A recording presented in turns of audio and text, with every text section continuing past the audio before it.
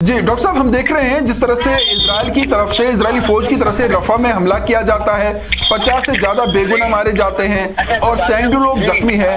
आप इसको कैसे देखते हैं? इजराइल इस हमले को आप क्यों नहीं रोकता है? नहीं, वो रोकना नहीं चाहता है। दरअसल वो एक ग्रेटर इजराइल का सपना लेके बने हैं और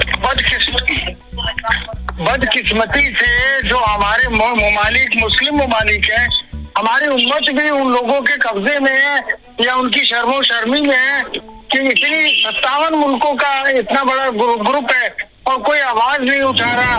चाहे वो तुर्की हो, सऊदीया हो, इनमें क्या कमी है? चाहे वो पाकिस्तान हो, पाकिस्तान वैसे तो सारी दुनिया में अपनी सीना पीटता है, अपनी बहादुरी दिखाता है, मेरे पास न्यूक्लियर है और वो है, लेकिन वहाँ मुसलमानों का कत्ले आम है तो उसके मुंह से आवाज नहीं निकल रही, मुंह में दही जमा के बैठे हुए लोग हैं।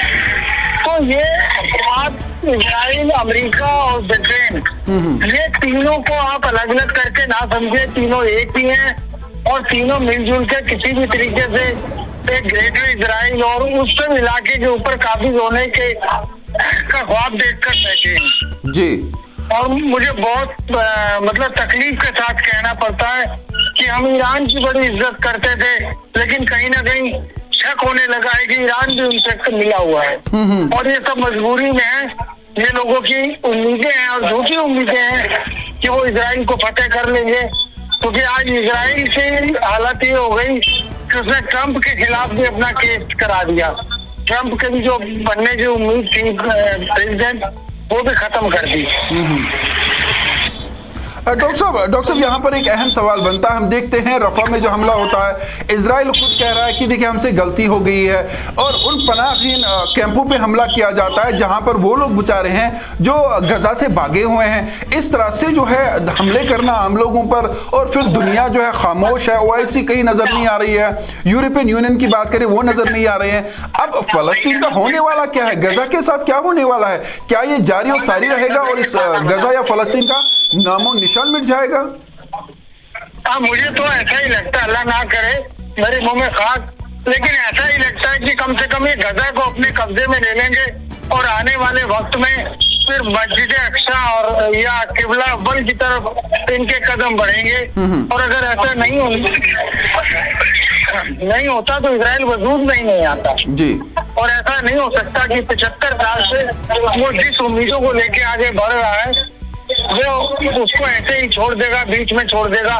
मुझे दूर तक कोई इसमें शक शुबा नहीं है कि ये गजा पर कब्जा करेंगे और इनकी कोई मुखालफत नहीं कर पाएगा, चाहे वो इजिप्ट हो, इजराइल हो, सऊदी अरब हो, पाकिस्तान हो, ये सब मजम्मत तक ही रह पाएंगे, बस मजम्मत कर देंगे और एक चिट्ठियां लिख देंगे, उससे ज्यादा कुछ नहीं कर पाएंगे। डॉक्टर साहब, जब हम बात करते हैं जितने भी अरब ममालिक हैं जो बड़े बड़े दावे कर रहे थे, अब हम अरब ममालिक की अगर बात करें, क्या उनकी जिम्मेदारी क्या है? क्या उनको नहीं आगे बढ़ना चाहिए? और जो इस तरह से आप कह रहे हैं कि वो कागजी बयान दे रहे हैं, क्या वो कागजी बयान जारी रहेंगे या कहीं ना कहीं वो कदम उठाएंगे? और अगर वो कदम नहीं उठाते, वजूहत क्या है? क्या उनकी कमजोरियां क्या है ऐसी? नहीं सर, आप अगर हिस्ट्री देखें तो जितने भी अरब ममालिक हैं ये सल्तनत उस्मानिया को तोड़ के बनाए हुए हैं। जब इस्लाम और इस्लाम की खिलाफत जो उनका सिस्टम था, निजाम का था, खिलाफत राशिदीन, जब वो बहुत तेजी से पूरी दुनिया में फैलने लगा और लोगों को पसंद आने लगा कि इस्लाम की तरीके और इस्लाम की जो एजुकेशन है, हिदायत है, वो सिस्टम ज्यादा बेहतर है, तो इन लोगों ने सल्तनत उस्मानिया को तोड़ दिया और उस्मानिया को तोड़ के अरब ममालिक के लोगों को काबिज में दे दिया। और वहाँ कोई कंट्री तो है नहीं, सल्तनतें हैं और उनके कब्जे हैं और एक हिसाब से देखा जाए तो नाजायज कब्जे हैं।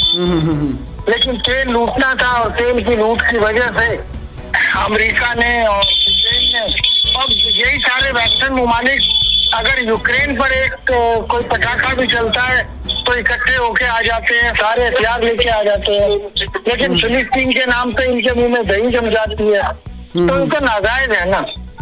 जी डॉक्टर साहब, जब आपने ईरान की भी बात की, कहीं ना कहीं लगता था ईरान की स्टेटमेंट्स आती है, ईरान बात कर रहा है, तो आपने कहा कि ईरान भी अब शायद वही बयान खाली दे रहा है, तो ईरान को आप कहां देखते हैं इस मामले में? मैं ईरान को देखता हूँ कि कहीं ना कहीं पशे पर्दा ये लोग भी उनसे मिले हुए हैं, क्योंकि जिस तरीके से इन्होंने पीछे हमला किया और पतंगे छोड़ी 72 घंटे में, पहले उनको आवाज दी, उसके बाद वहां पटाखे छोड़े इजराइल के अंदर, तो उससे क्या हुआ? उससे हमास की जो बढ़तरी थी, जो है हमास का आगे बढ़ा हुआ था और इजराइल बैकफुट पर था, वो खत्म हो गया, उसकी बढ़ोतरी खत्म हो गई और उसका डर खत्म हो गया। अगर ईरान के पास इतनी ताकत थी, इतना ही कुछ था, तो हमास को या हिजबुल्लाह को 2 मिसाइल देता, के नबी पे मारता, किस्सा खत्म करता। लेकिन सब जवानी खर्च ही रहा ना जी। किया तो कुछ नहीं इन्होंने।